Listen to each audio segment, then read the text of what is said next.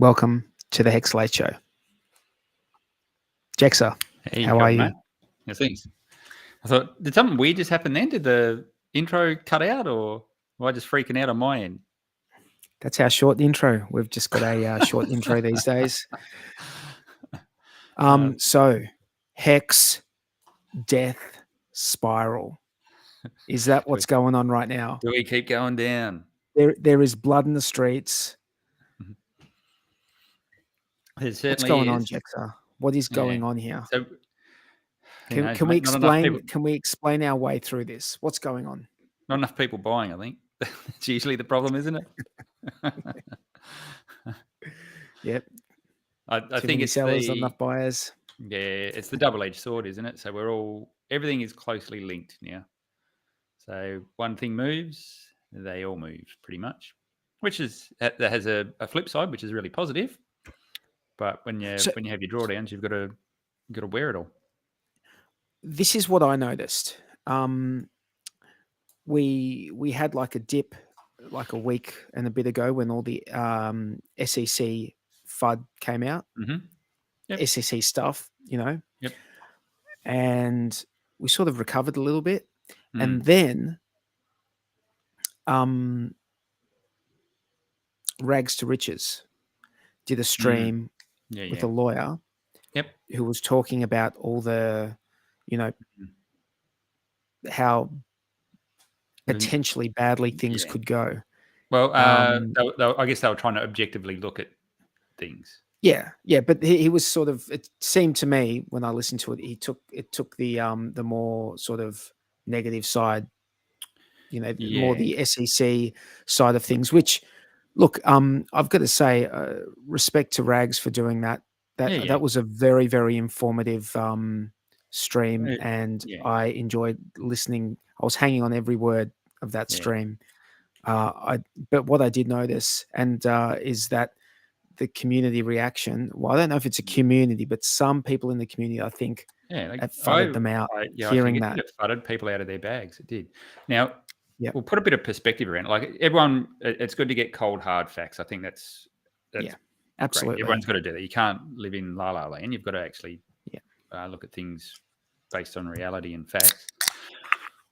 But I've never, like in all of my business dealings, lawyers and possibly accountants, if they had their way, no deals would ever get done, because they are so much on the side of caution and what can go wrong, that if you only ever focus on what can go wrong, you never take the risks to get the opportunities of what can go right. I've seen it happen so many times. So I think lawyers are just inherently skeptical, is not the right word, but risk adverse. Yeah, that's probably they look at everything that can go wrong, because that is their job, is to protect you from everything that can go wrong. Yeah. So when they look at things like that, that's how they frame it. What I would say though, and once again, great for Rags and was it BitLaw for coming on and potentially facing all the fury of the community for doing it, but it was good to see them do that. But I think the important thing is they are doing it without knowing all the facts. So they've got this one slip of paper from the SEC, which is fine. That's and they did say as much. It's not like they did say, look, we're just exploring here. It's massive speculation, because you don't know anything that's happened in the background, on both sides. So what information the SEC has, what information or the way things have been conducted in reality. So they can frame it however they want, but what's the reality of it all? That's no one knows. So I think they did a really good job, given what is known, given what they had presented. I would argue it was probably a little bit too pessimistic, given they don't know everything. But I think that was I think that's what they were taking to it. They were taking that side of the argument, and towards the end, I think Rags said, I'd like to do another stream, but with maybe the other side, and maybe explore the other side of it. I think a lot of the damage was done though. People literally. Well, I mean, look, it's the facts are the facts. I mean, I get that. Yeah. you know, the facts of you know, and looking at what could possibly happen, that's just, you know, that's part of it. And look, this is a decentralized community, so everyone, everyone does you know, whatever they want. I don't care. But what I'm saying is there's people that there was comments made that were, you could see it was people reacting from emotion. Yeah. But, you know, ultimately, if someone is going to get fudded out at that point, then that's possibly the best point for them to get fudded out. Like if you've held bags for this long, and then that's the point you get fudded out at the bottom, or, you know, close to the bottom, then hey, that's just the way that's the way it was meant to be. Hey, that's the way it was meant to be. That's fine. But if you have someone come in and position themselves as an authority on something and make statements like that, that carries weight. So I think you got to be careful with how you handle those sorts of things. I'm not saying you don't have those discussions, but, and I know BitLaw hedged and said this is just his opinion and things like that. But when someone speaks on these things and they do have some degree of knowledge in that space, people take it can take it a little bit to as though that is going to be the outcome, or that is how everyone's going to view this. And the reality is there's so much more we don't know. So that's just my 2 cents on it. But like I say, if you're that easily swayed, then ultimately that's on you as well. Yep. So there's a few things that haven't changed throughout all of this. And, you know, one of the main things that hasn't changed is, if we're talking about HEX specifically, we're talking about immutable code. That hasn't changed, is not going to change, and will continue to do what it's doing. Another thing that's, I think, super, super important, and, you know, I always sort of take the sort of the optimistic, like, side of things. And I, you know, like everyone, I have my moments of, as you know, Jexa. I think we all do, mate. You have your moments of fear, uncertainty, and doubt. That is normal. That's a normal part of the cycle. Or should be changed to frustration, uncertainty, and doubt? Frustration. Yeah, absolutely. There's so many. Look, it's weird because you fight it out, and as we were saying before we went live, you know, it's just like part of the frustration is as well. It's like I would like to buy more. You know, it's part of it is my you know, to some extent greed. You know, you would like to buy more on these massive dips. It's just like who is getting their hands on it, you know? Who is getting their hands on it? Without a doubt. I think we discussed this on the stream the other day.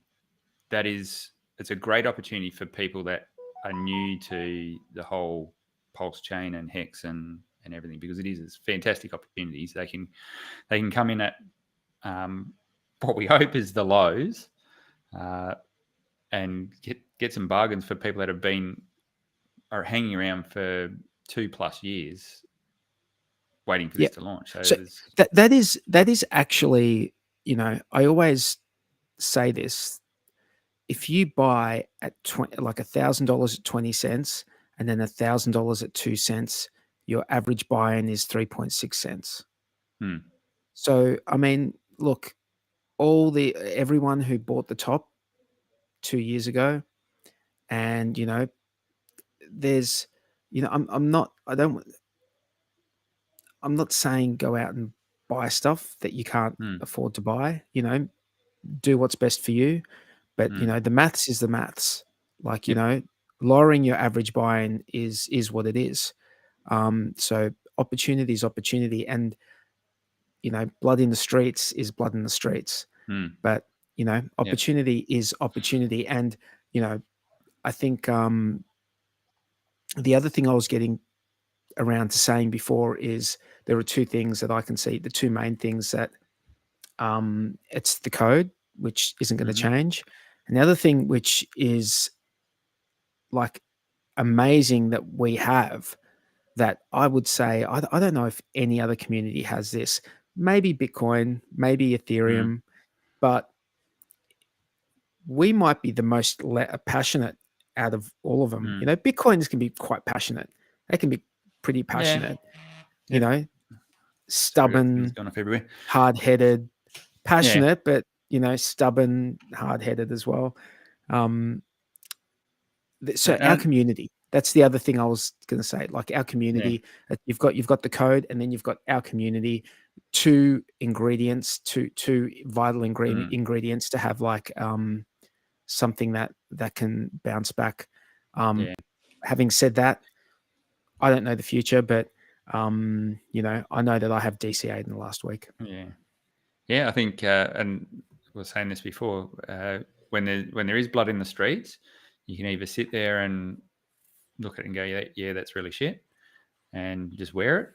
Or if you take that opportunity and as soon as you press the buy button, you actually feel a little bit better because you know you're getting a good discount. So it's just a frame of reference, really, isn't it? But you mentioned you started to go into community a little bit. I wouldn't mind exploring that a little bit more tonight, actually, because things have changed a lot in our community. And I don't know if you've noticed this or seen it or felt it, but this week I very much have. And I think what's happened is there's a lot of people that got into HEX very early, and I don't even like this term, but the OG. So I think that's way overused, that term. So people that, let's just say there's You're people speaking to someone with OG in his name. Yeah. No, I get that. But what I'm saying is that I think it gets overused, and people sometimes use it as a position of authority, and then other people are using it as a derogatory thing. So it's become this sort of heated or a loaded word. But what we've got is we've got community members that have been around from a long time, from when HEX was literally 500, 1,000 users, and have watched everything evolve and grow to where we are today. And then you've got new players coming into the ecosystem, and maybe the people's values is the wrong word, but the way they look at crypto, they look at it from two different points of view. You've got some people that love playing the casino type stuff and are all about the memes and the and all the different degenerate yield farming and things like that you can do. And then you've got other guys that are a lot more conservative, longer term time frames, have had to watch a lot of shit blow up around them, and then have become very protective of their patch. And this is much like the Bitcoiners. If you talk about the Bitcoin maxis, I guess they've got a little bit more jaded and a little bit more protective of their patch. And I think that happens in most communities as they evolve. But our community is very, very diverse now. And I think what I don't want to see is this infighting between the community on, and I'll use the term OGs and new people coming in, and because I'm really seeing that there seems to be a bit of divisiveness going on at the moment, and I'm happy to explore that a little bit more about at the moment. At the moment, but it's different though, because it's like it's always been within the community. Everyone's had sort of a similar sort of ethos, but found something to bloody bicker about. Whereas now I think there's a lot of different ethoses coming in about how you play the game and how you want to play the game, and I think it's causing a little bit of friction.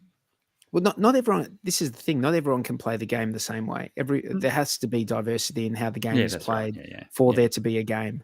You know.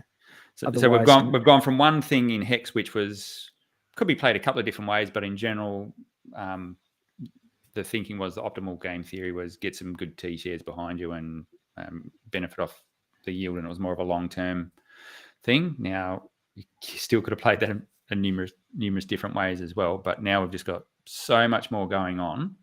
Coins launching daily on PulseChain, hourly on PulseChain. So there's just so many moving parts now, and I think it's good for people to come in and back one thing and get behind one thing within the PulseChain community as well. So you get little sub communities within the PulseChain community, which is going to be very interesting to watch it evolve. But I just don't want to see the chain tear itself apart, when really, look, we all come along here and we all play in the yard, and everyone hopefully benefits from that. So yeah, it's been very interesting to watch over the last week or so. Yep. Yeah. Hey, I've been getting into this book called The Ethics of Money Production, which was written prior to Bitcoin being, coming out. So I think it was written in 2007. This is interesting. So what did you say that was called? The Ethics of Money Production. Yeah. Okay. It's almost, it feels like a Bitcoin standard. Yeah, right. But before the Bitcoin standard, if that makes any sense at all. So it's talking about sound money. It's talking about, it's actually talking about that money should be a free market, you know? Yep. And private individual, like the more free market of money that we have, the better, you know? Oh, look, I don't think that's a new concept. I think it's just taking a few iterations to get something like this out.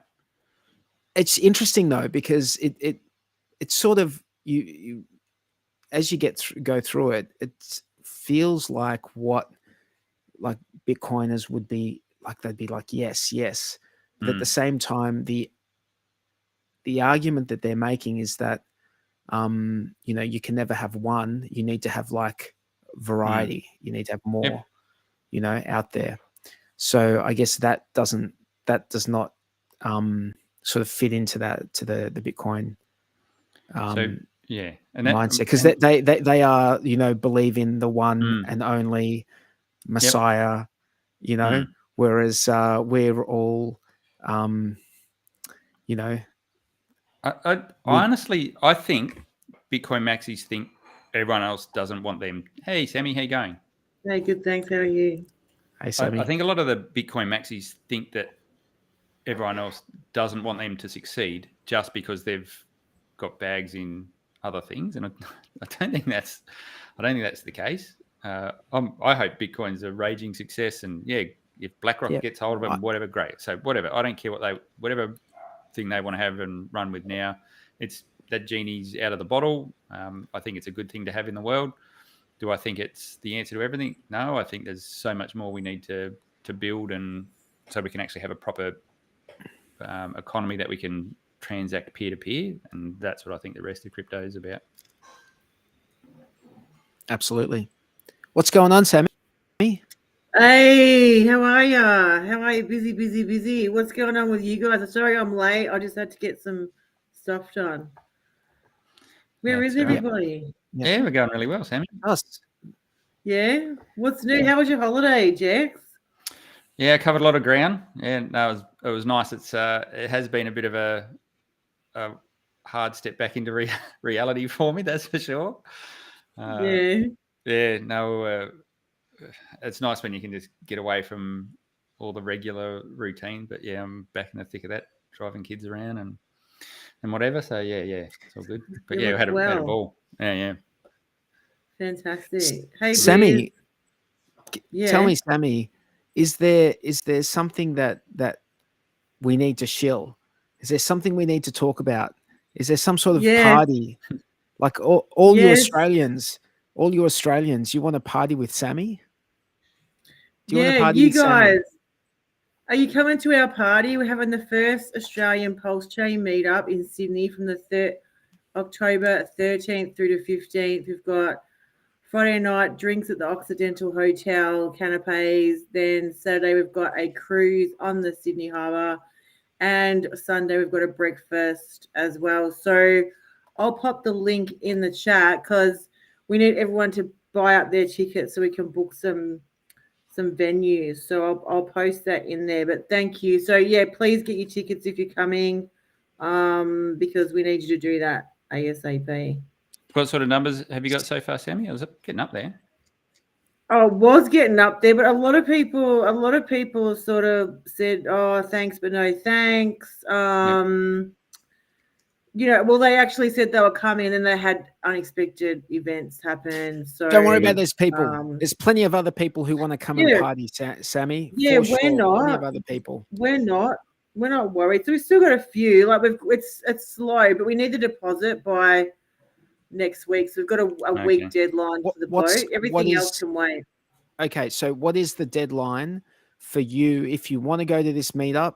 What's the deadline for? All right, so a week from tonight, we're closing down the ticket sale just for the boat because we need the deposit.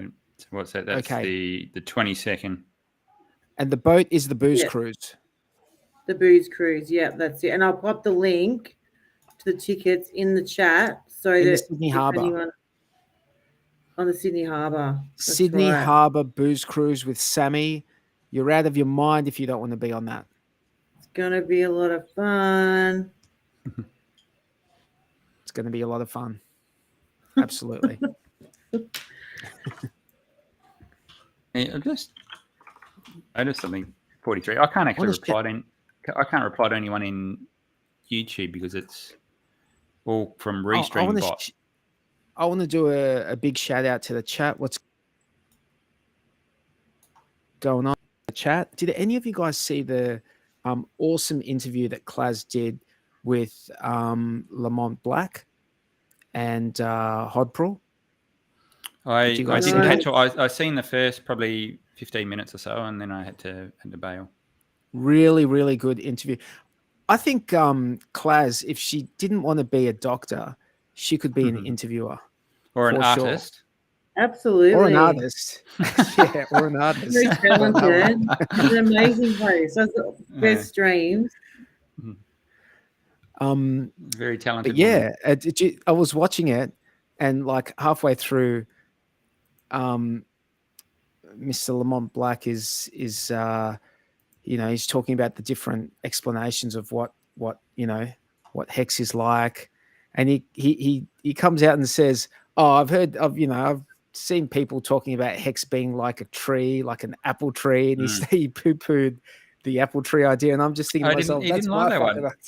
He didn't like the apple tree. That's the idea. I always say that idea. That's like my thing that I always. What did he have against the apple tree? 43. I don't know what he had against the apple tree. Oh no, he said it's like you're not explaining what is making it grow, but look, do you know what the thing is? The question is, how do you explain it to people? That's why I use the apple tree analogy. It's just, how do you explain it to people? Like, because I can't start talking about bonds to people who have no interest or no knowledge of what a bond is. It needs to resonate. So if I'm telling someone what HEX is, well, I'm going to explain it in a way that just makes sense to it. And I just feel like, even though it may not be perfect, I feel like that apple tree analogy sort of, it resonates with people. It does resonate. And also I think the apple tree one is also good for another reason, because it's the way I think it should be dealt with from a tax perspective. I feel like if you get like HEX staking rewards, I feel like you should only need to pay. I think you should only need to pay tax on that once you sell them. Just like apples on a tree, when you pick them, you don't pay tax on the apples when you pick them. I mean, it's a finished apple; it's ready to go, right? You don't pay tax when you pick it; you pay tax on it when you sell it. So you can use it to your advantage, I guess. If you had a lot of apples to pick right now, that'd probably be a good time to pick some apples. Yep, absolutely. But I suggest people go back and check out that stream with Klaz and Lamont Black and Hodpril. It was very good. So where's the crude night? Where's Bluey? Where's Tangent? Where are these guys? Tangent was around before. I'm not sure he's. I thought he would have been degenning. He has been. He's been hitting it pretty hard on the chats and Twitter and things like that. So he's. It's not like he's carrying he's not carrying his own fair share of the work. He's out Yeah, there. he's so always on Spaces. Whenever I Yeah. go online, he's on Spaces. I think he's trying to get a bit of that revenue that old Elon's dishing out, isn't he? Maybe. What's Elon doing? Elon's fighting Mark Zuckerberg, apart from fighting Mark Zuckerberg and creating a financial system on Twitter. Yeah, what else is he doing? I think people have been making a bit of bank off the Twitter side of things. So I think he's actually carving it up a little bit more fairly than the likes of YouTube and others. So there was this tweet by Richard Hart, which I love when he does tweets like this. These tweets, they're the best. They're the best ones. So I'll read it out. Richard Hart teaches you things no one else can or will.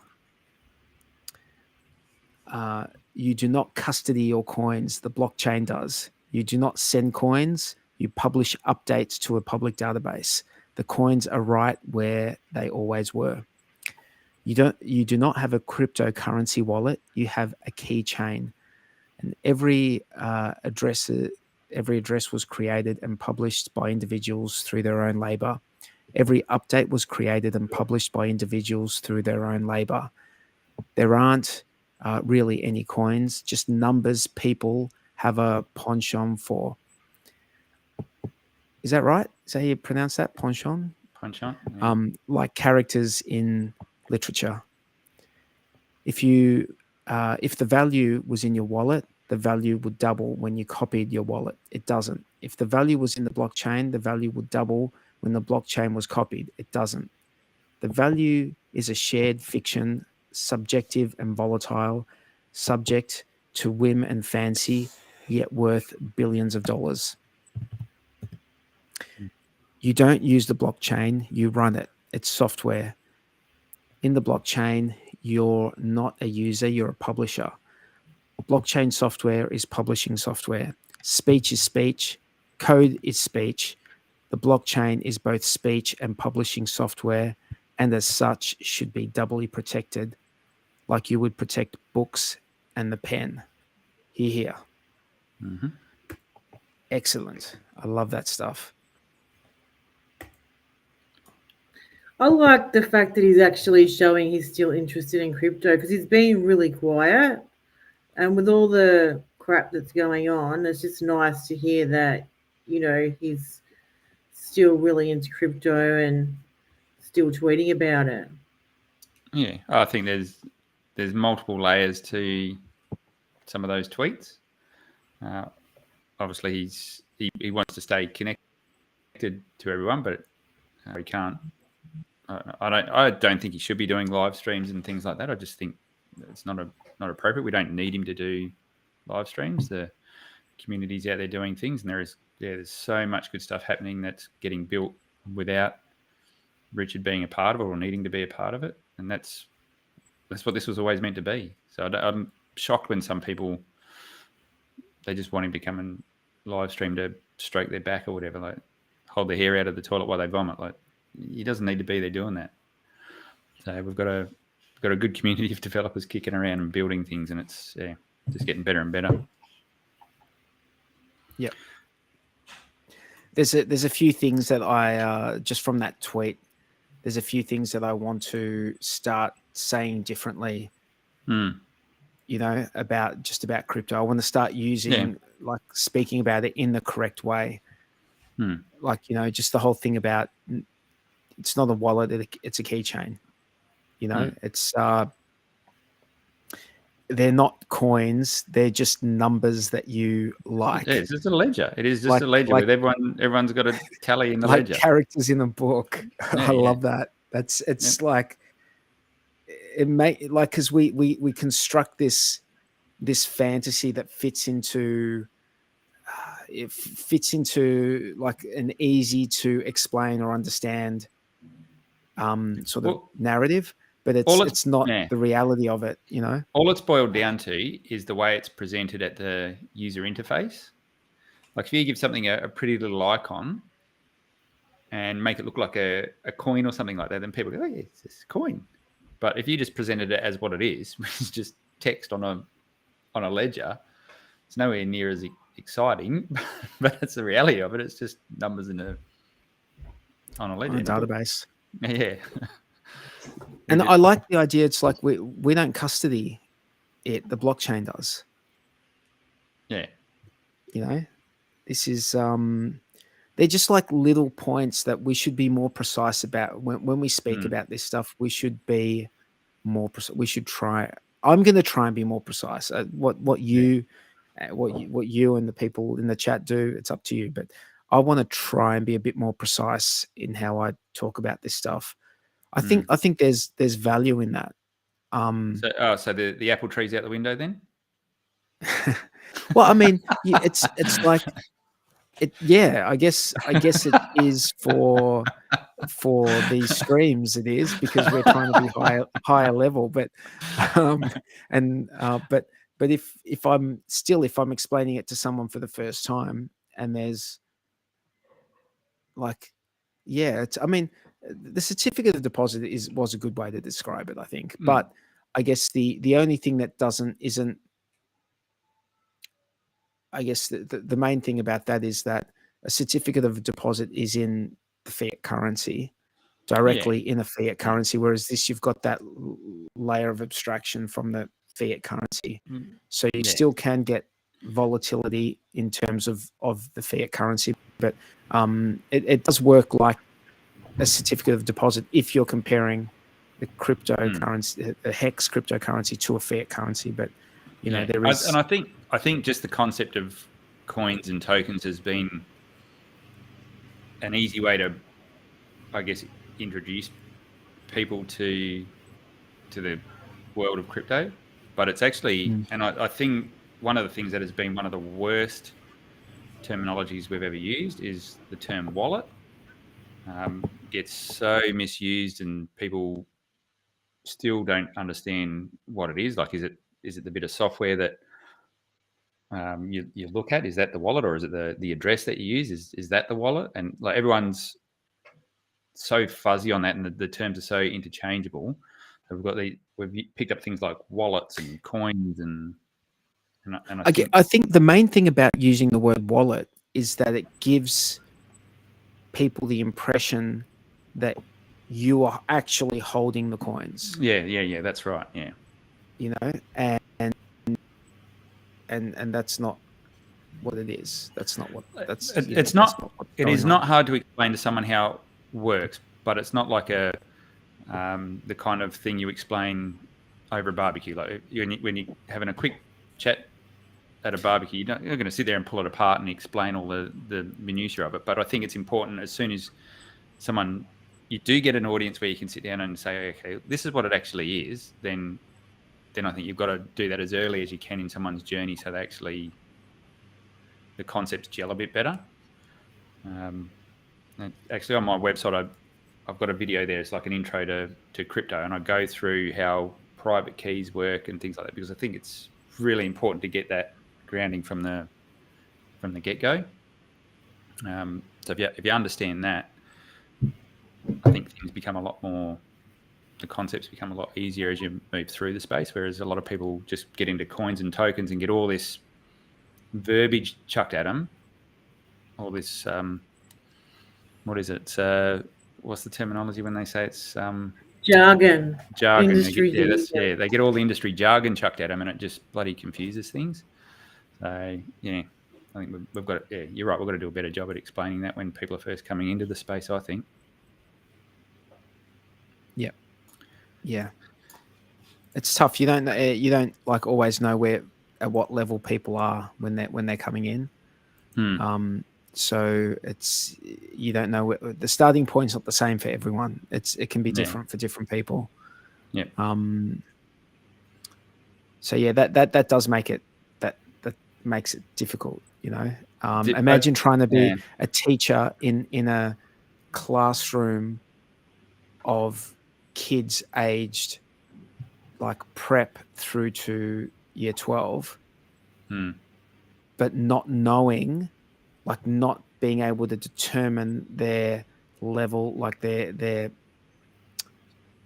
level by their age. It's just you don't know what anyone's level is, but you have to try and like, structure a message or that will resonate with them, and that makes it very difficult because everyone's at a different level. I think what makes it harder as well is if you're excited about this space and what it can do for humanity as well as your wallet, hopefully, or your back pocket, you tend to just flood people with information, and it's hard to convey everything succinctly when there is just hey, tangent, whereas just so much you want to do. I've been listening to what you guys are saying. Great analogy, 43, and I agree with what Jex is saying as well. Awesome. Why am I solo here? You're solo. You're gonna make up a bit of time because you're pretty. I'm sorry, mate. I clicked the wrong button. Good to see you guys. Don't let me interrupt. Continue. What you guys are saying is great. Great shit. We just quickly we talked about the Richard Hart's tweet, that epic tweet with all the knowledge. Like, he's done a couple of really good tweets lately. He's chucked out a few recently.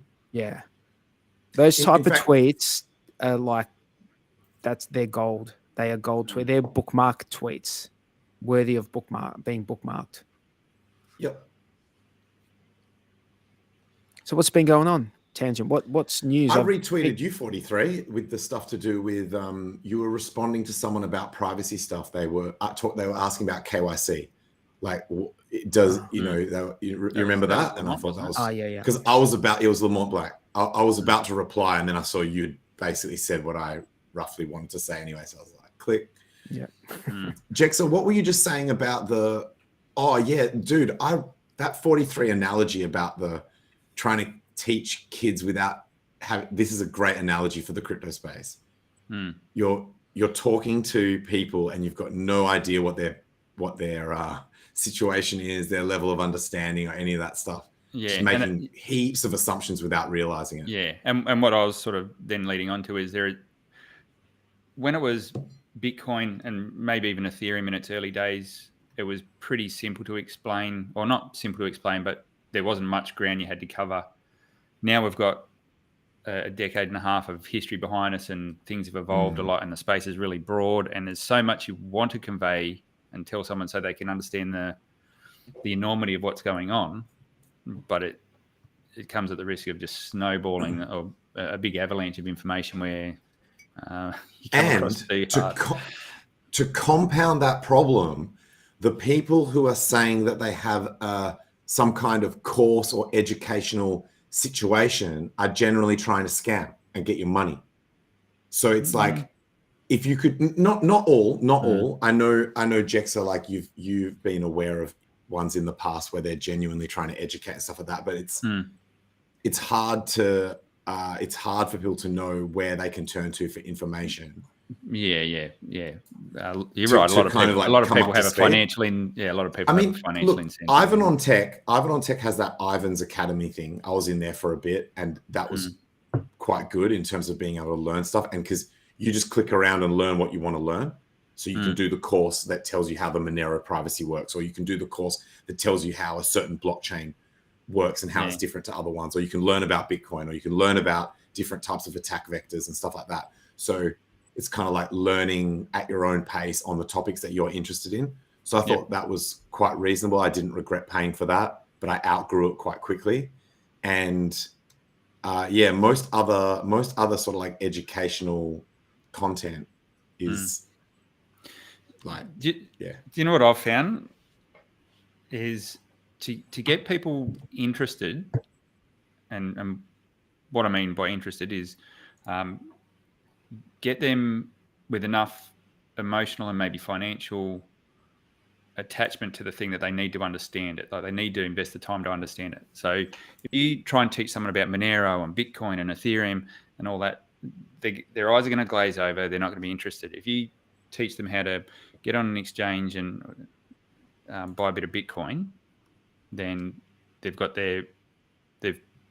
foot into the space, and now they go, okay, well, this isn't as daunting as what it seems, and then they can branch out from there. I think if you make the learning too much, it is really hard for someone to A, stay interested, and B, just take it all in. So I think you've got to sometimes guide someone through, not blindly, but step them through that first process just so they get their foot in the door. And then you can, once you've got that, even if it's $50, you've got just enough hook in there so that they're I agree.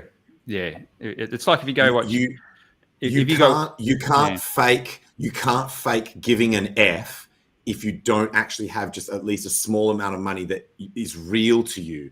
So you're like, right. Holy crap, this $50 has become $70 or like $100 or, oh shit, it went down and now this $50 is only worth like $20. Like it needs to be real. And just looking at a chart, it just doesn't feel real. It's like that. Trick yourself into believing it. Yeah. It's like that when you buy a car and you may have never seen that car before on the road, but then you go buy that car and then instantly you see it everywhere because you've just narrowed in your focus in your field of awareness. So that's what you need to do. Just get people to look at a Bitcoin price and actually have it mean something to them. It's like, yes. If you go and watch a bunch, so there's that direct link in their mind between looking at what the chart is doing and the impact to their actual life. Yeah. And it just starts to actually get them to tune in a little bit. So that's why I've actually for a while now, probably a few years, I've been saying the DYOR shit is a bit weird. You need to be clear that it depends on how much you're investing. Because if it's a small amount, then sometimes the amount of time you would spend doing your research, if you value your time at a certain payout rate, even just by the day job that you have, if you're only going to invest $100, is that really worth like days of your time to go and do research on this coin? No, like you're better off just going and working your day job and just aping into the coin. And so there's that. And then there's this phenomenon that we're talking about here where it's like getting that exposure, even if it goes down in price, has a value. And we're talking about very small amounts of money here, assuming that people are in first world countries. And I think that's the way to go. I think that's a good first step for anyone. Well, that's what I do with my friends. Sorry. No, go, Sammy. No, you go, Sammy. That's what I do with my friends. Just over the last, say, 6 months when PulseChain launched, I set them up with MetaMask wallets and I sent them some crypto and just let them watch it. So they haven't laid out any money. It's just a little bit of crypto. They can see the dollar value going up and down and see if they can stomach it because it's not for everybody. Sammy, that's a really interesting addition that I would like to anecdotally say that I have tried doing the same thing. And I think it's actually important that people use their own money to do it. So I've given people crypto thinking that it would do that. And then I'm messaging them and being like, hey, did you see that shit's done like a 5X? And they're like, oh, wait, what? Oh, no, I didn't check. And it's because I gifted it to them and set their hardware wallet up and all that shit. To them, it's like, it's not even on their radar. So this is what I think Richard or others, multiple people have talked about this phenomenon before where if someone doesn't actually commit their own money to it, then they don't value it. It's like, oh yeah, Tangent gave me, and obviously they know my real name. No skin in the game. IRL friends, but it's like it just seems like I gave them some like weird shit. And I'll tell you what the actual attitude is. It's like, tell me when it's worth $1 million, or tell me when it's worth like 50 grand, 100 grand. Like they don't give a fuck. Lambo. They don't give a fuck what it could have done a 5X or something that's pretty insane in a bear market. But if I only gave them a few $100s worth, so that amount that it's gone to, they can't actually go and buy something substantial with it. They just don't give a fuck. They want to either just get instantaneously rich or just not care about it until it is at that level. And so I don't really know what the answer is, but I think it does help if they're committing their own money. The answer is don't give your money away. My kids are like that. Can I cash it out? I'm like, hell no, you keep it in there. But my girlfriend, who thinks crap on about crypto all the time, she actually tells me, oh, did you see, blah, blah, blah. And I'm like, yeah, I know. It's good. And she go, oh, this has gone down. I go, yeah, I know. But it's good. She's interested, but they've got to do it as a self-paced sort of thing, when Sammy, it's there. I actually do the opposite. So I know this sounds like I'm like taking the opposite approach to everything you're saying here, like in terms of not gifting it to them. But I actually encourage them to take the money out. I'm like, I want you to actually experience the path of this crypto going all the way back to dollars in your bank account and you going and buying something, even if it's a meal or an alcoholic drink when you're out in a club. I want you to realize that this shit is real economic energy. Otherwise, it doesn't, that again is something that doesn't hit for them. They're just like, oh yeah, it's like this crypto shit that I see it on my phone, but is it real sort of thing? Yeah. I totally get it because people still don't think it's real money. Yeah, like, so I'm like, cash it out. Like, go and get something with it. Go and buy something. That's a good idea. And then also, if the price goes down, you're like, aren't you glad you went and bought I don't know, like a Swarovski crystal, whatever, or some shit that they've actually got that's tangible? I don't know. Look, we're sort of throwing theories around here. There is no perfect answer to how to, and because it works differently for everyone, right? Yeah. What do you guys think of this this comment here? Crypto has never seen a big macro event like 2008, so be careful, be strategic. Blind DCA is not the best. Well, yeah, it was born. Well, some theorize it was born from that event. So we've never seen a full global financial crisis. Although you've seen around the world, shit's gone pretty wrong in a lot of different places.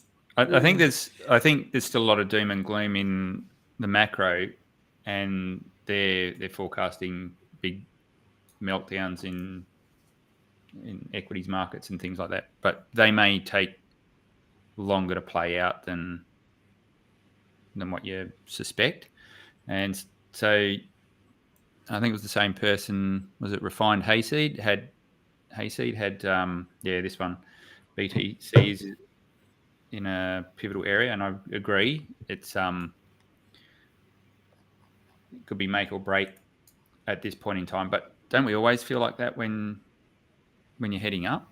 Like whenever we're sort of in this first phase of a bull market, you're never sure whether it's going to go up to the next leg or not. So it's going to be interesting to see whether we do. Like the chart looks like it's following previous cycles, but you never know. Man, we must be at the bottom. This week's been such a drag. I feel like the bottom of the last bear market this week. Like really, but you've got to understand though, Sammy. Pulse and HEX have run a little bit differently to the rest of the market. Decorrelated, yay! Yeah, we definitely decorrelated. Because of other things that have been going on. But yeah, like you look at the chart, and I could make a case where I go, you know what? Looks like it could be really positive, but it's that knife edge sort of stuff. So I think you're right. It's pivotal. But just gonna have to see what plays out. Alex from Hedron made a very interesting comment. I mean, I hate to bring FUD or anything, but it was I think it was based in there's potential. It's possible that this could happen. He said something along the lines of, because HEX is, tied to Pulse.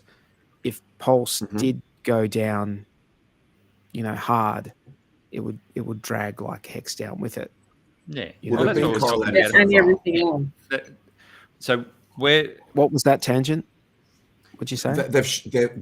They appear to have been correlated lately. Like, well, I mean, not just lately. The whole entire life of. Yeah, they are. They've been pretty correlated since PulseChain started. Yeah. There's no doubt. So I can believe that if one goes down, they all go down. Like maybe not exactly the same, but. Yeah, and also there's all that bonding shit. Like there's all that liquidity bonding stuff that happens as well. Like I think that's a reasonable comment. I don't think there's anything too controversial about saying that if PulseChain was to take a massive dump, HEX, both hexes, and both hexes. That's what I want. That's what I want to talk about. Dude, that's really interesting. Go, Jexa. That's real interesting. Yeah. Okay. So we all know that everything on PulseChain is tied together by the liquidity pools and things like that. But then we've got this one asset sitting over on the Ethereum network. So let's just say Bitcoin.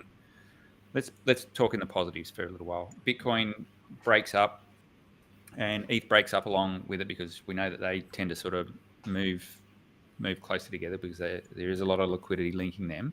And then we've got the HEX asset sitting on the Ethereum chain, which you would think should move up with everything on the Ethereum chain if a rising tide lifts everything on the Ethereum chain. What we don't know is to what degree that's going to move between PulseChain.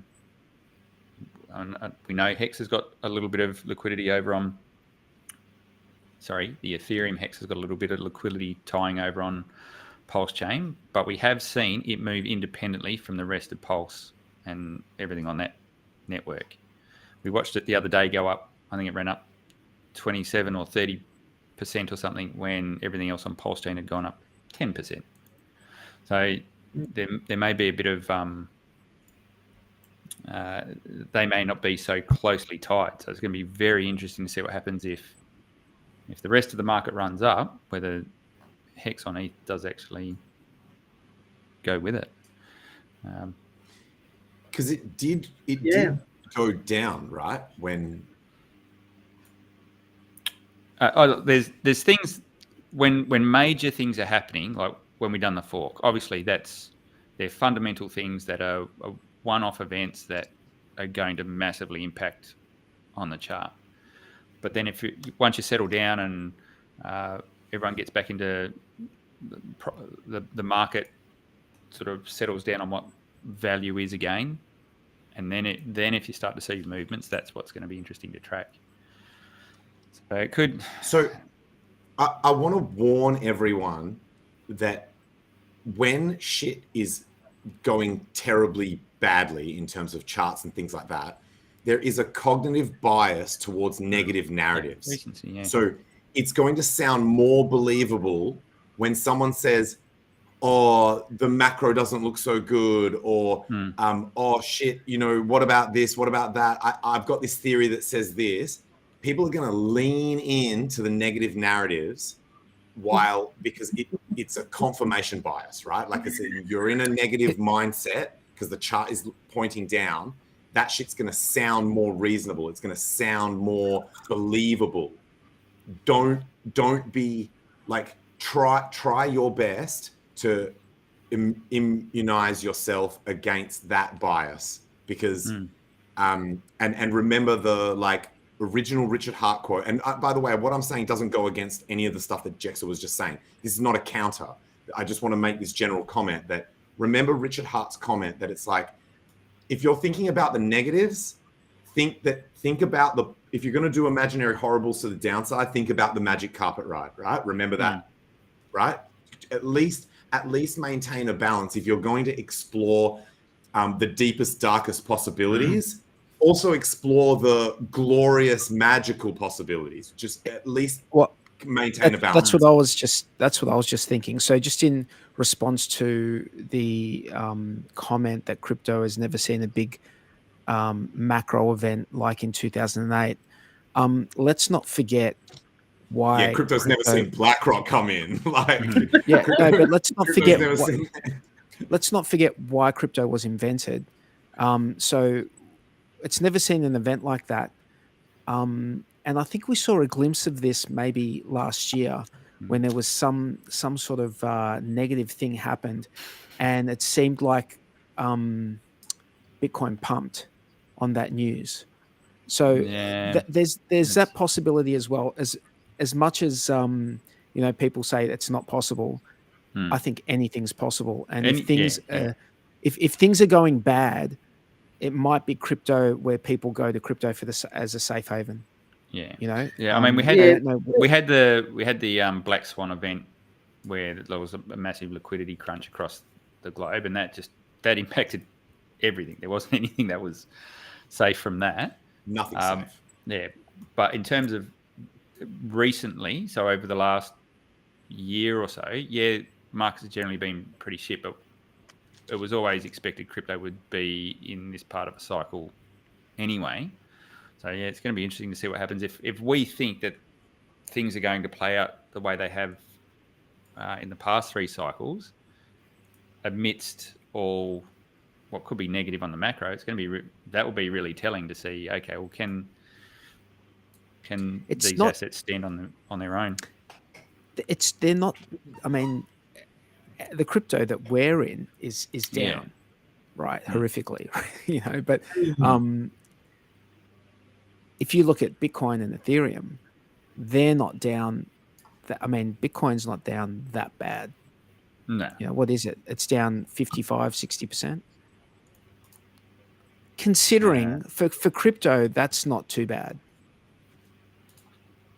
How it's far hard is it down? not to 51%. not to be biased, and it's hard not to join. If you can't beat them, join them. But when the market's that low and you're at the bottom of the market, it's freaking depressing, man. Like especially if your whole life is crypto and you don't work full time. I do work full time, but a lot of my time revolves around crypto, and it's hard not to get into that cognitive depressing state when everything on social media is, carrying on about the decline, and everything in the news is about decline, and it's hard not to get in that headspace. But that's why streaming, doing spaces, chatting to your friends who aren't in crypto lift you up again. Then you realize, you know what, we're going to have another bull market. It's going to come.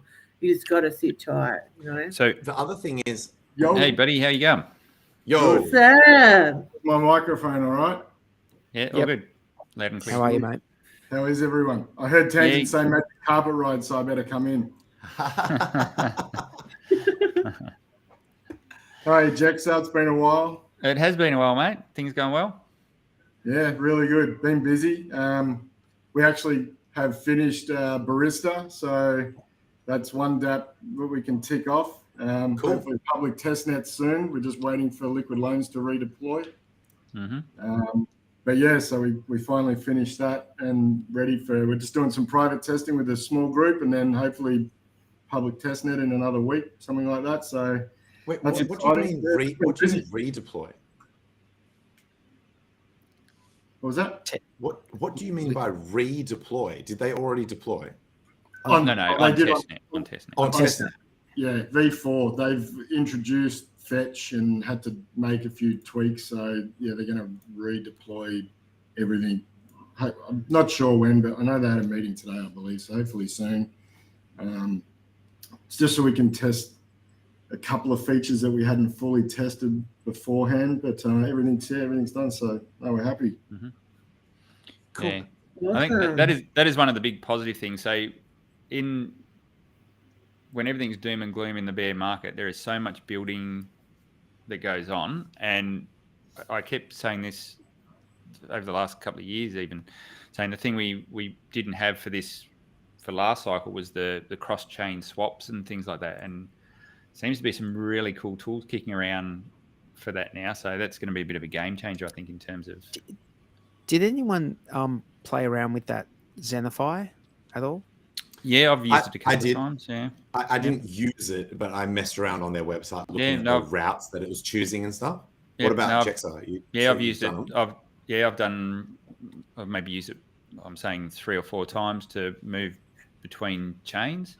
Without doxing what chains and stuff, have you ever gone to chains that are non-EVM compatible? Ooh.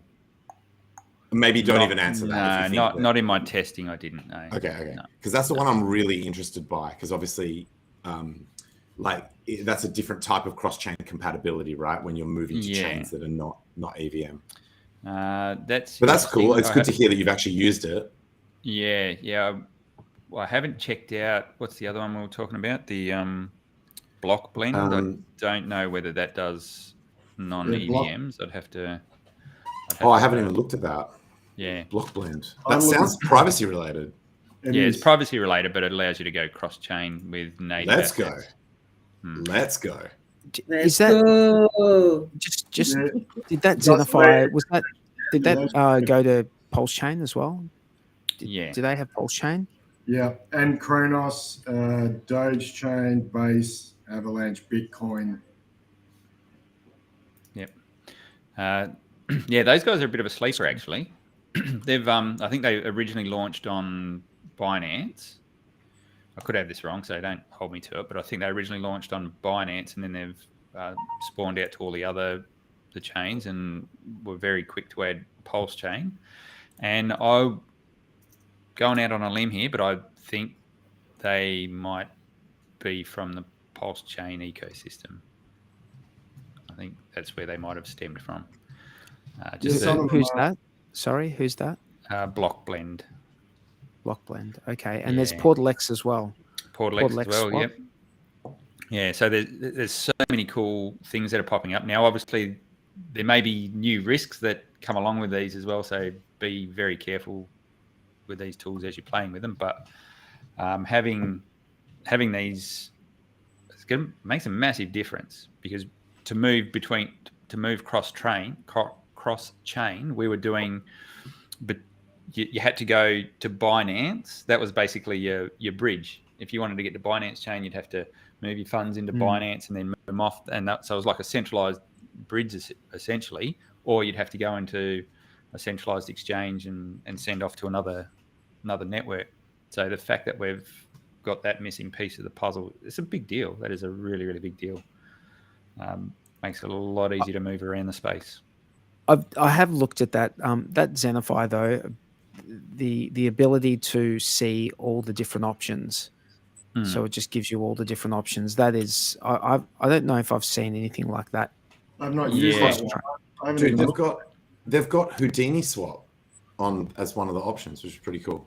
Yeah, so I think Zenify is probably a lot more like Portal X in the way they do things. So they're tying into all. How do you spell the link to that one? It's in the private chat. Yeah. Oh, okay. Yes. The difference between the Block Blend and that one, so Zenify and Portal X for that matter, is you may have HEX and you want to convert it into Matic.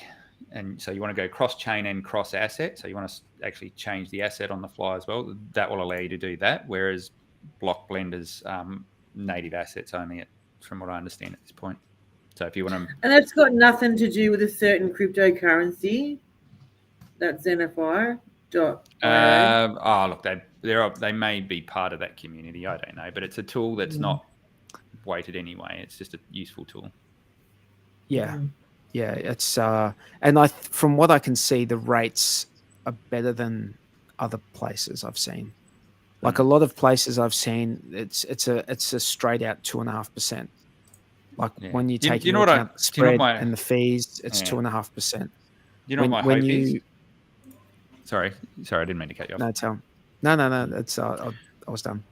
Yeah. So my hope is that maybe these bridges will literally be that, bridges between communities as well, because we've all been so worried about protecting our little patch and our little island, because it was friction to get in and out of these things. But once that friction's gone, then it might actually free the whole sector to grow as one together, because they're so interconnected. So and the competition in that space for cross-chain swaps is a good thing, because 2.5% per swap ain't gonna fly.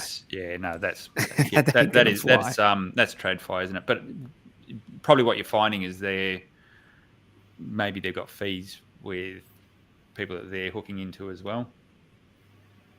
Oh yeah, it's going to be profitable for them, but people probably aren't doing it as much as they would if the fees were a bit more acceptable. That's right. Yeah, I think people could accept maybe a 0.5%. 0.5% seems like something that reasonable, maybe. Yeah, I mean, you get away with some of those rates in crypto because time can matter. So opportunity cost can be big, and let's face it, 2% moves in a day is not unheard of in crypto. So I think people sort of can stomach that a little bit, but ultimately you don't want it to be like that. You want it to get as low fee wise and least amount of friction as possible. And I hope that's where we're sort of edging towards this cycle. I just realized all our stuff is orange and I'm changing that color right now. What?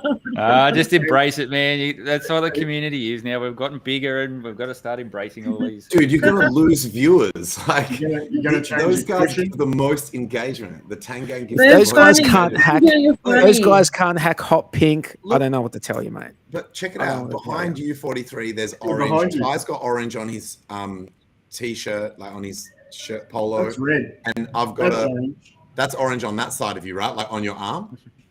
That's red. I've got the orange hat. Oh, it looks It looks orange. Maybe I'm looking at the world Your through a hat, lens of your hat orange. is orange, but and 43's cushion is orange. And my ruler's my, orange. hat, my hat It's is orange. You guys are colorblind, motherfuckers. That look, dude. That look. Okay, chat. Does that look orange or not? And by the way, Tangang not allowed to answer because of course they're just going to go hard. By the way, that light behind me is actually set to orange. I can change the color of it, but it seems like no matter what color, that's purple. That's orange. That's like yellow, orange, green, blue. What color do you guys want it? Pink. Can you even see the difference? Oh, in the reflection, you can see the difference. So, oh yeah, the reflection is a giveaway on what color it is. Let's go. Let's fucking go. Okay, I'll match my light to the. If you want, so I'll do green. Sandy You're Beach doing is green. the I'll only do green. Let's go. colorblind one. Let's go. What's green in our community? The frog. Oh, Pepe. The green, Pepe the Horse. dildos, the green dildos. Oh, 43 is a Pepe shield. 43 is a Pepe shield. Pepe shield, Holy Pepe shit, light him up, shield. boys. I love Pepe. He's switching Oh, he colours likes like shit those coins. Oh, brown is for shit coins. Oh, purple is fucking Blue. blue. Oh shit! Blue. I'm a chain link shell. I got to change. Is Chainlink blue? Isn't Yeah, it? blue and white, bruh. Bruh. Okay. What about red? Oh, Red. Oh, I can it's do red. It's a Red. tub full of red Light blood. it up. Yeah, red is the color of blood. Let's go. Oh, look at that. It's a blood Red. bath. Let's Look at that. Red. go. yeah. What color is it now? Red? Dude, that's orange as fuck, Oh my bro. God. That's orange as fuck. Dude, look at when 43 set the color of our names to red again, and look at how different the color of his shirt is relative. Oh my God, stop it. That's red too. That's Is a that very orange? orangey. That's Is a that very orange? orangey red, bro. We'll call it blood orange. We'll call it blood orange. Let's go. Let's go. Blood Hey, orange and AB. mango. Fucking Grove. Abid's got his tangs out. His tangs. You got your tangs Blood out. orange and mango right there. Orange and mango, baby. Let's go. Take it to the Go. Grove. What else has been happening in crypto? Honey? What else has been I happening? got something. Shit. I got something. PulseX went on a Big pump. news. Big Oh yeah, news. go for it. Alex, Hedron, and this new protocol that's gonna like somehow link the two over two big. chains. That's The thing about like HSIs, you'll be able to upgrade them to HMIs, and HMIs will just be straight out. They'll just be NFTs all the time. And what else? Like they'll get all airdrops. The only thing I wasn't there's sure a lot about. of cool stuff.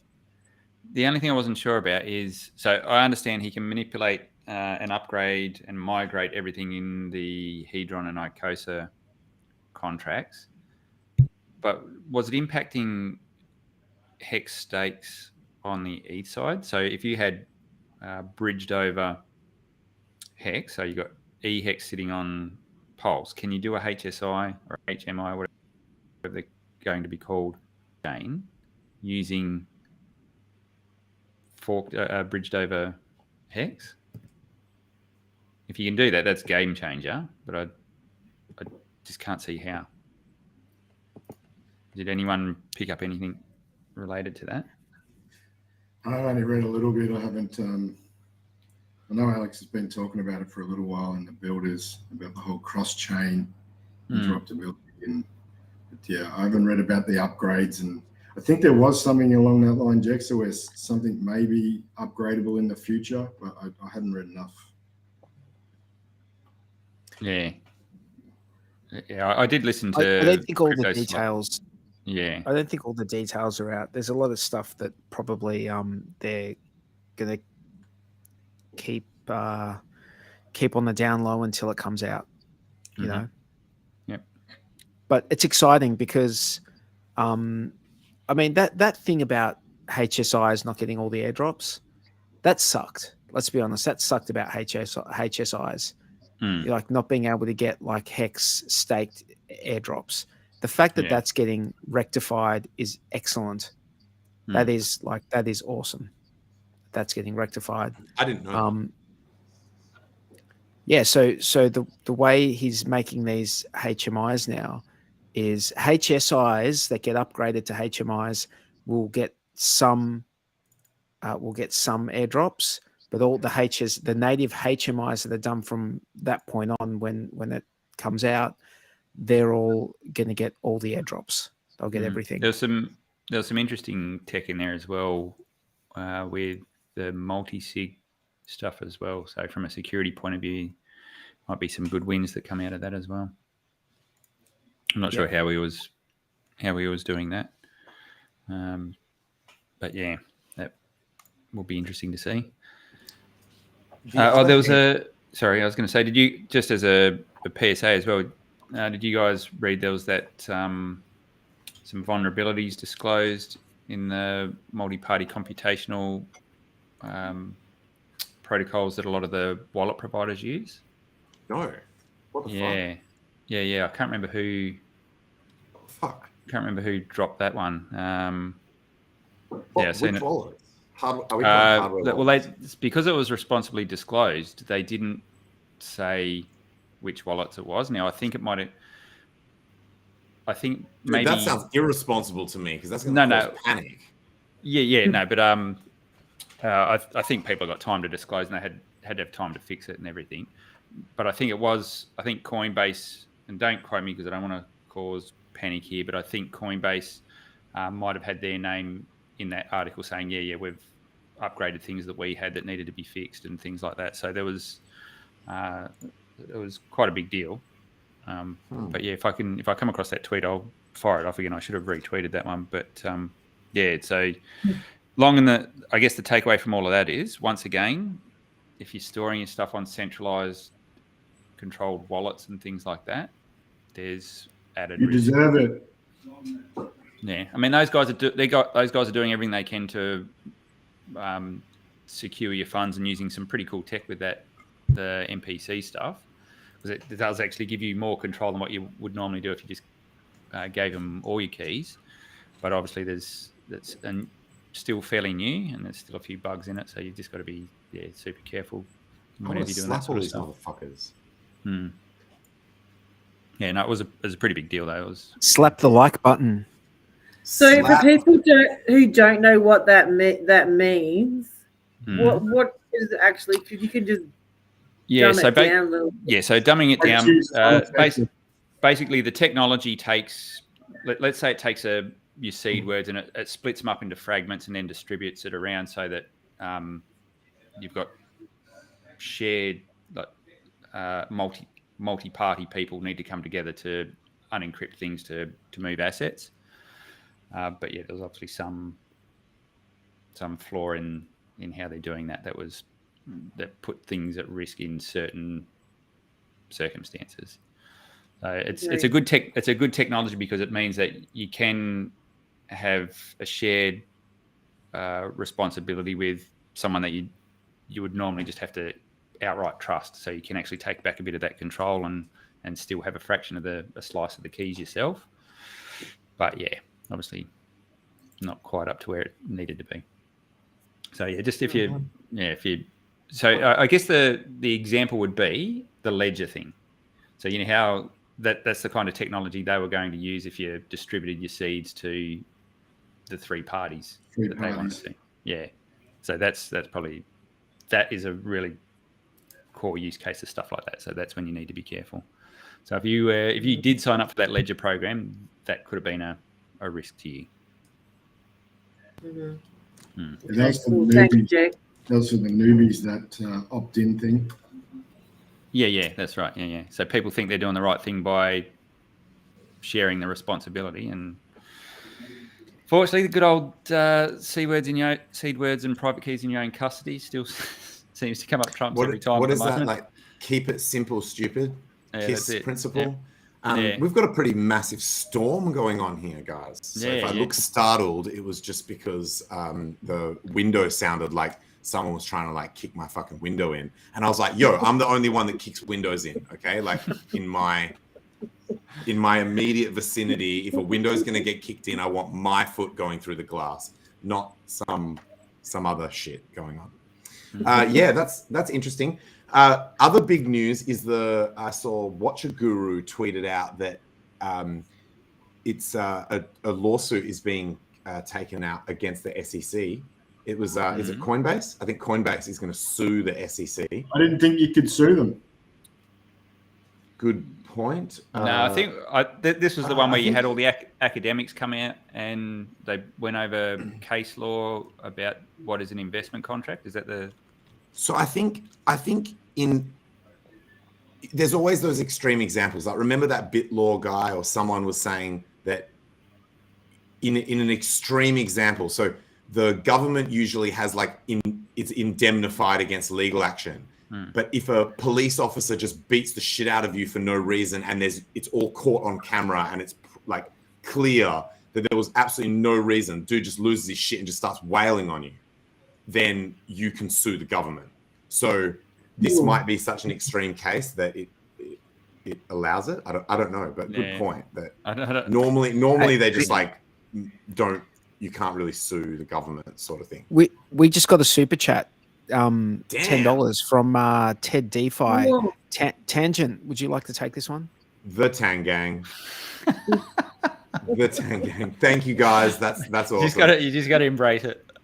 Like I said, the community's changed. The Tang Gang is on a mission to propagate love and collaboration and support, and they want community mindedness. And so we appreciate you guys demonstrating that shit.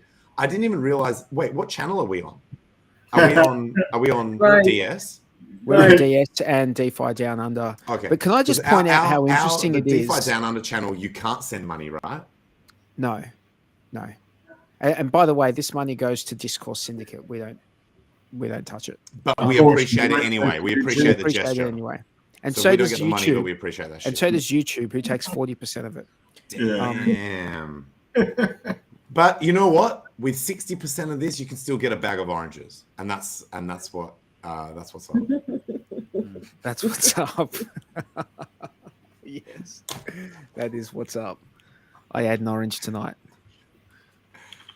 I got Now, whenever I like see something orange or eat oranges or drink orange juice or whatever like that, it's just now the thing that Jexa was talking about before, how once you own a car, you start seeing more of those cars on the road, or if your friend buys that car, you start seeing more of them. That there's that cognitive bias. Now, anything that's orange related, like the color or the fruit, is just like it's in my face. Someone, this chick tweeted out something that was nothing to do with anything to do with like the orange coin or the Tang Gang, but the girl in the picture happened to be all like orange and shit. It was something to do with HEX, and I was like, this chick is shilling the thing. I'm like, oh, actually, she's not. She's not shilling at all. Like, this is nothing to do with anything to do with orange. Yeah, shit. people It's like just, orange just in general. I They guess it's like one of the orange. most main colors that exists, right? Do you know what I find interesting? You call them the Tang Gang, and your The Tang name Gang. starts with Tang. I know. I've actually made that's jokes about yeah. this. That I tell them. I tell them. I'm like, guys. At some point. Yeah. No. Hang on. Tangent, talk your way out of this one, bro. Go on. So Yes, I tell them. I'm like, at some point, I'm gonna start telling people that this is like my fan club, and people will believe me because it How sounds is this like not it's you? How the is Tang it Gang. The your- Tang Gang. right? Isn't it Dude, just- they made it up. I swear, I had They- nothing to do with They it. made it up. Who's I swear, I had nothing to do with it. It was like the word play that they went with the Tang Gang because it's like tangy, orange, and shit. And then it was just a coincidence that my screen name happens to sound like it's somewhat related, like Tangent. They want me to change my name to Tangerine.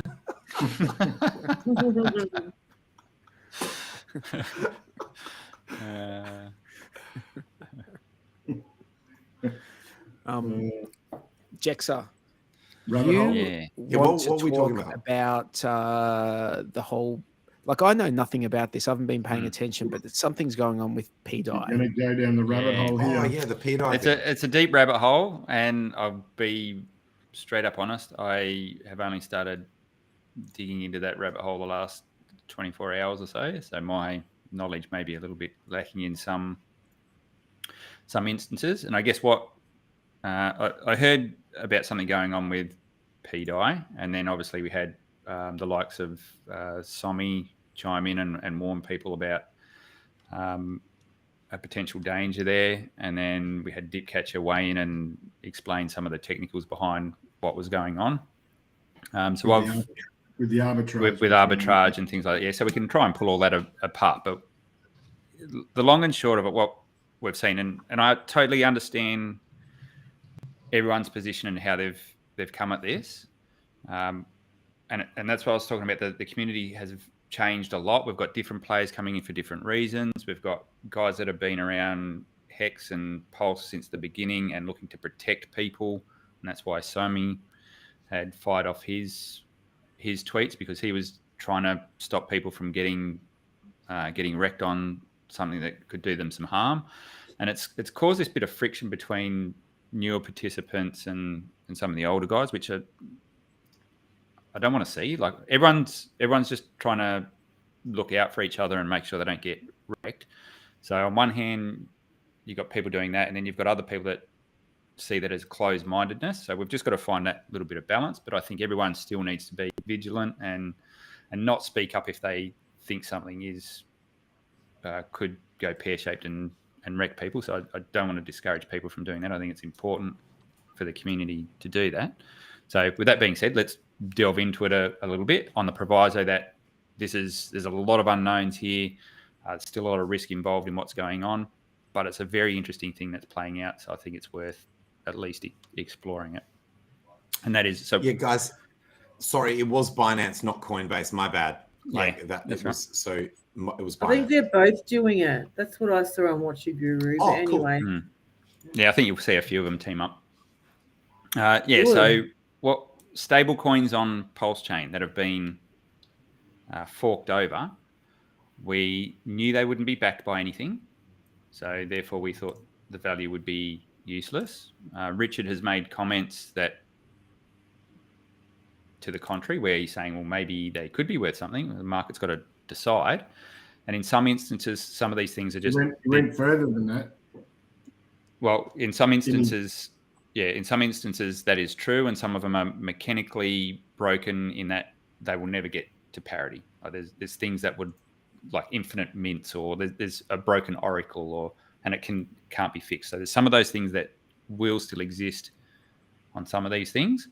You've got the likes of USDC, which has admin keys with Circle, and they can do whatever they like.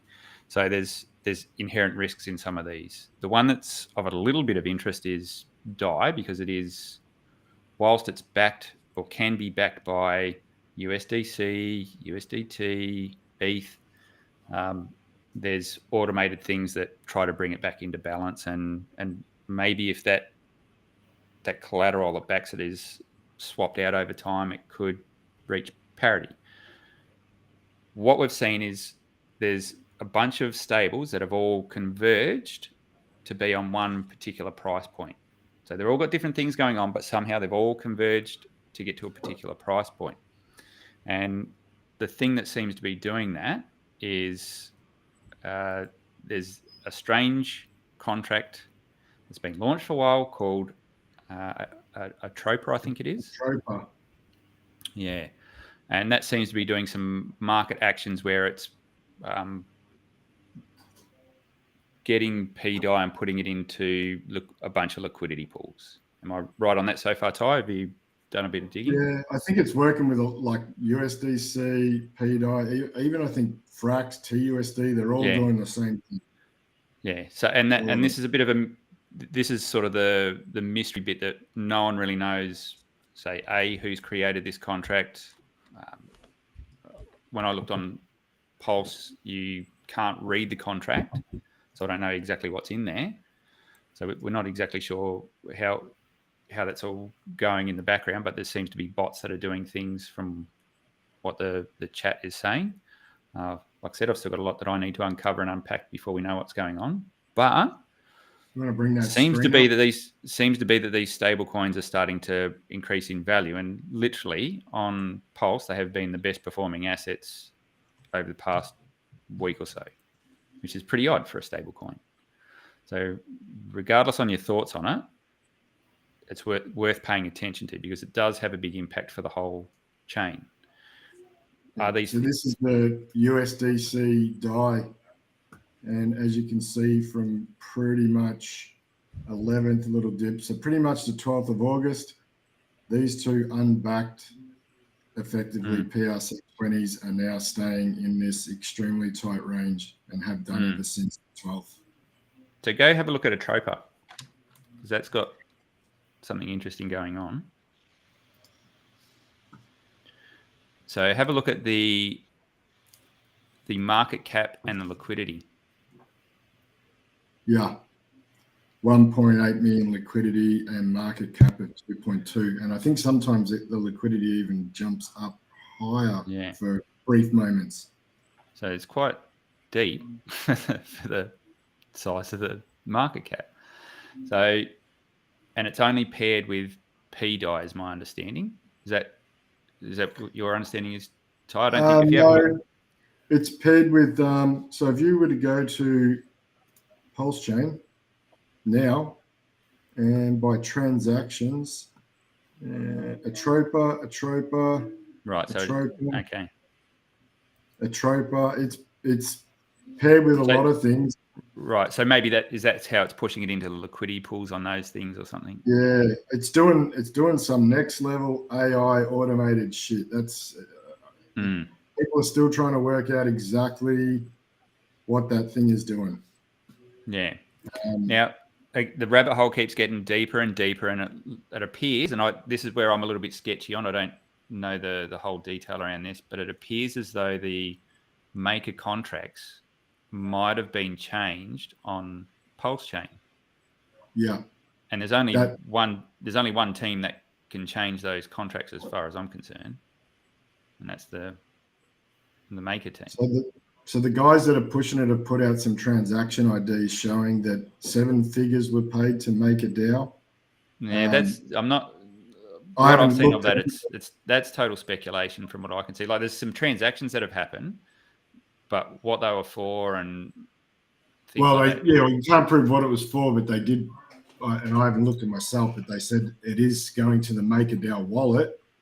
And now all of a sudden there has been a change to the contract on PulseChain, and you can no longer, the mint bug is now gone. So it's interesting things are happening. Yeah, it is very interesting, and it could have big effects for what happens on the chain if PDAI can actually be brought into PEG and by whatever mechanism is backed in some way, or there's enough liquidity to support it. So if the contracts have changed, that means that like the team, the MakerDAO team, have changed them, right? Am I understanding that? They're the only ones that can, yes. Yeah. So they're essentially they've come across to PulseChain then. Well, no, that's the thing. This is all speculation. No one knows what's going on. Hang on. The money that was paid came through Tornado Cash, and the money that was paid apparently went to a MakerDAO wallet. And there's speculation that was to pay to fix the contract, which now the minting bug has been rectified. Yeah.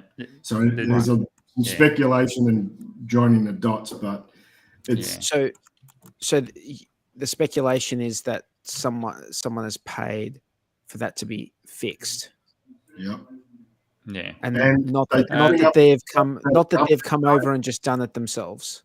Well, there was some claim that there's been some on-chain votes or something as well. Now, I don't know enough to comment on that. Someone's got a question in here or a comment.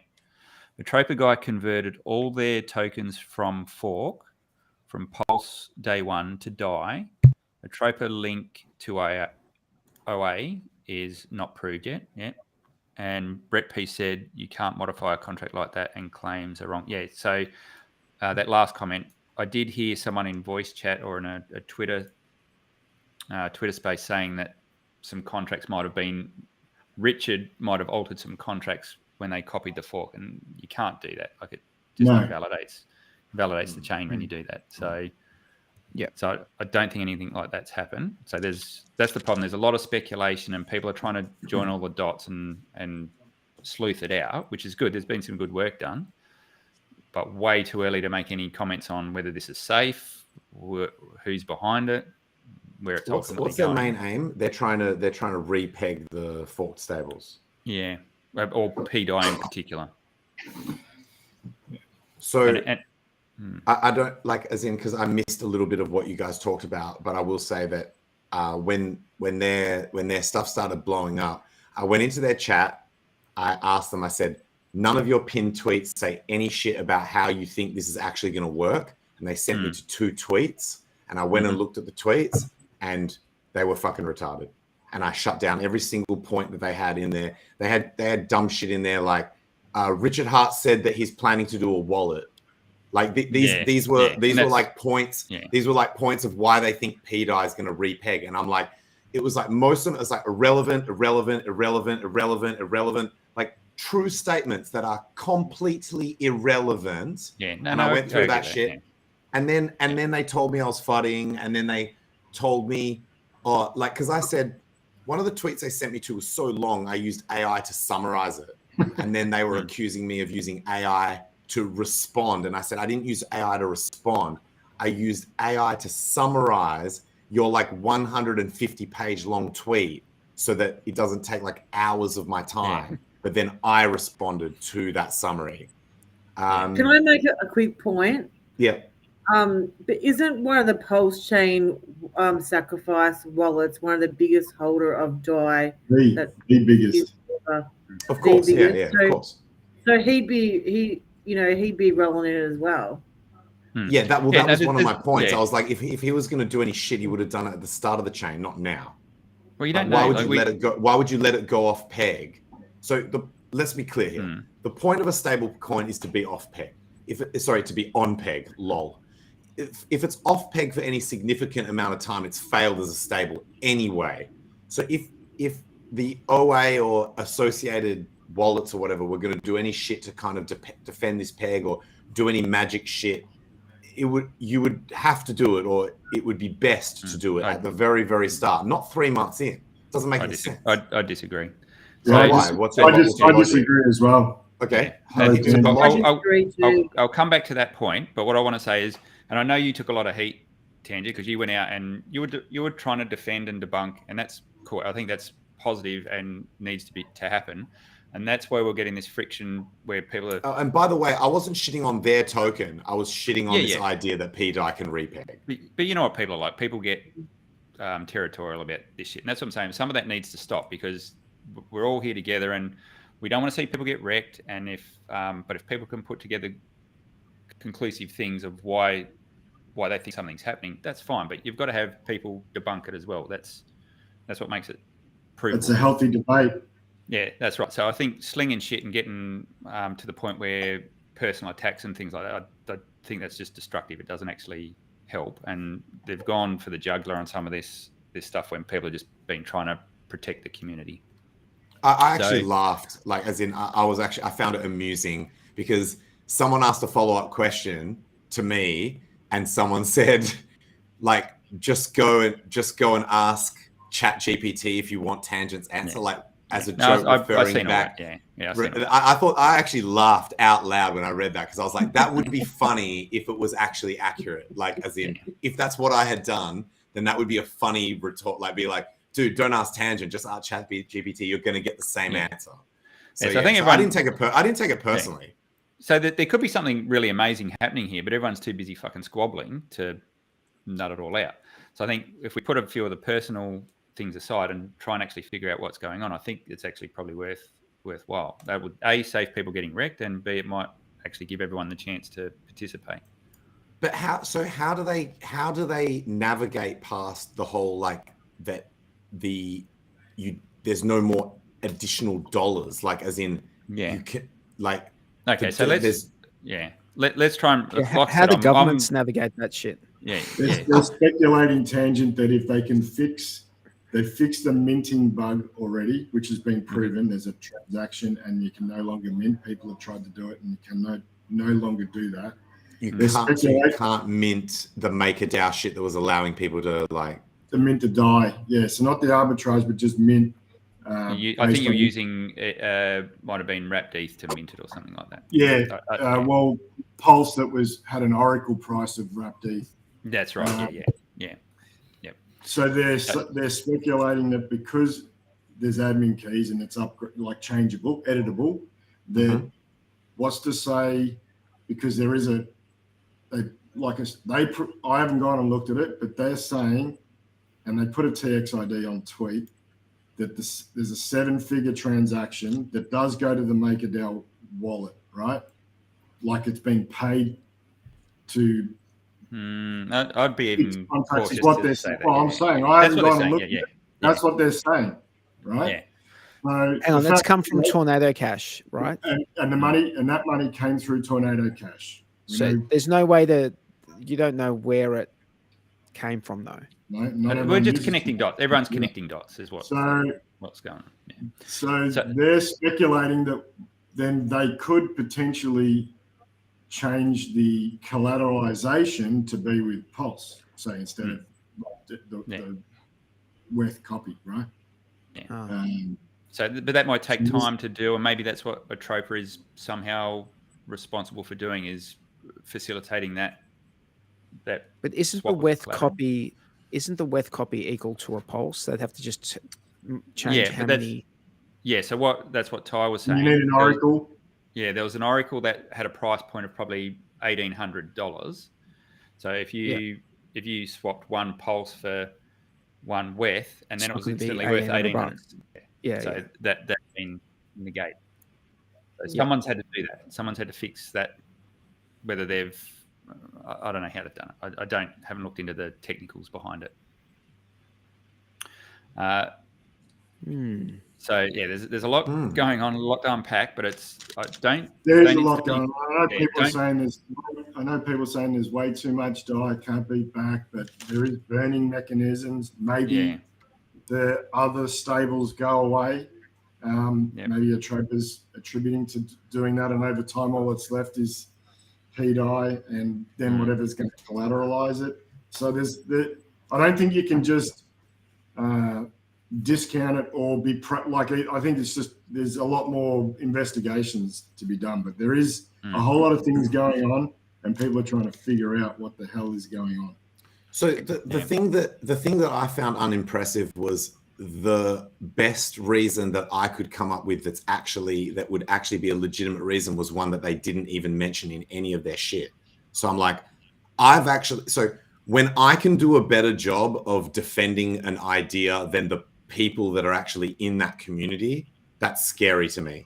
And so my shit is like wrapped Bitcoin, the fake one, the Pulse fake copy fork shit has a price. It has a price and it's not backed. You can't redeem it. That would have been the line that I would have gone down, and that's not in any of their shit.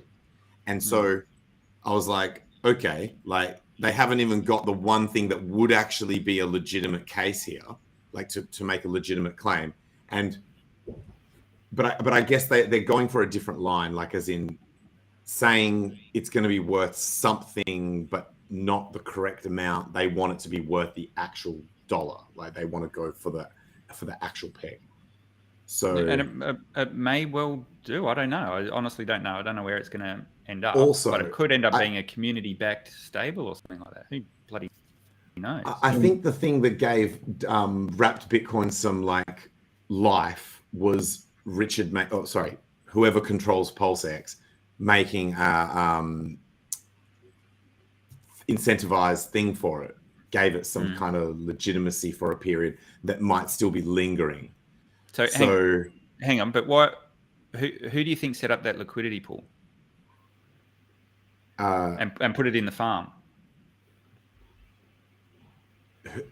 Yeah, so whoever has control over PulseX.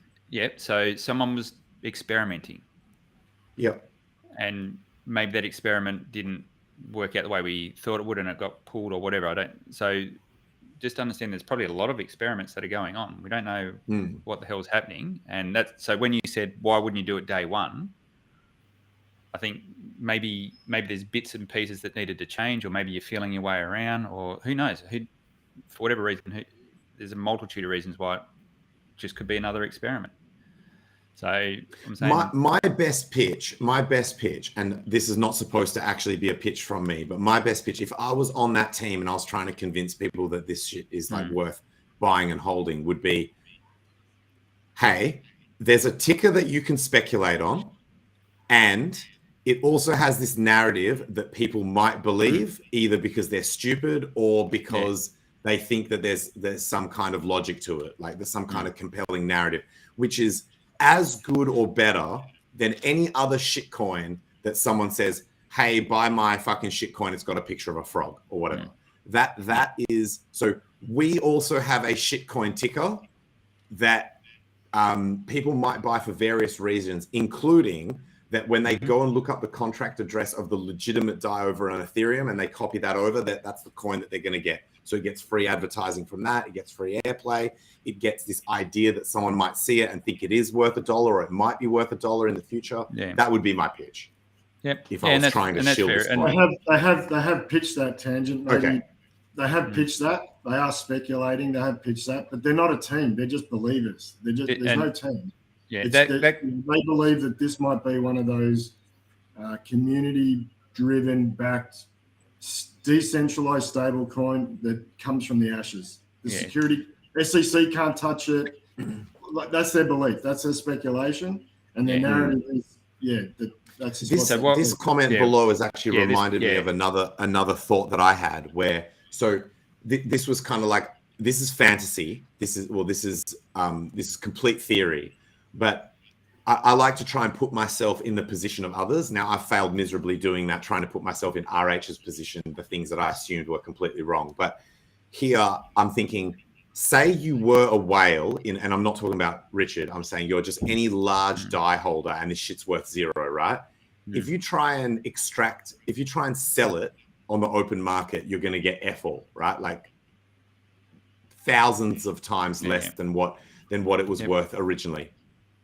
However, if you make your own new shitcoin and you pair those two things together in an LP, like, so you make a new shitcoin, give it some kind of small market, and then pair those two things together, you've got two completely worthless bags that you could never actually sell for any valuable amount, but suddenly you've got this LP that looks like it's worth like $1 million because you've paired two worthless assets that have no liquidity in their own right together into one thing that looks massive, but it's fake as fuck. You've got two tokens that you just printed out of thin air, effectively, even though one of them you forked it out of thin air and one of them you made out of thin air.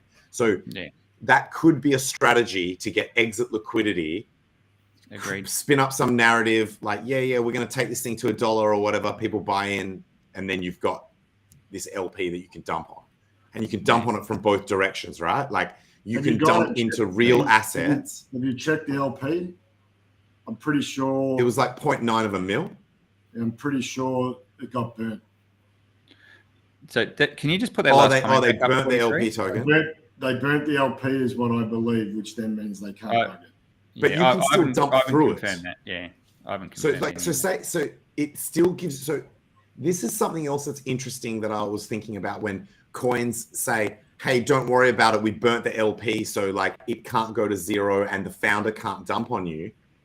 Technically, they can still dump on you because just because that LP is locked.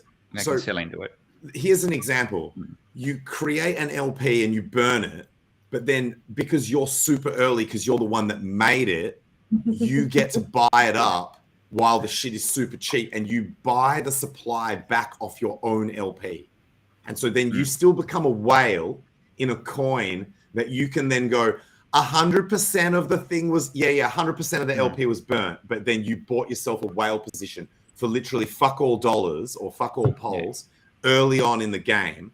So we have to remember that when we're dealing with tokens that people printed out of fucking thin air, you can play these sorts of games that make shit look more legit than they actually are. Now, this is not supposed to be targeted at any sort of specific coin, but you just have to start thinking in the way that not everything is as it seems when you start to like play with tokens that you literally printed out of thin air. Yeah. Can you put that last comment back up, 43? What sort of percentage of bag do you think? Sorry, I'm laughing at this comment. What did you say, Ty? What percentage of what? Of the bag holders at the top end of the bag holders would need to have to make that worthwhile? Like anything more than 1%. Like if you own 1% of supply of any coin, then you can get rich off that shit when it like if you can then get everyone else to pump the shit, right? Yeah.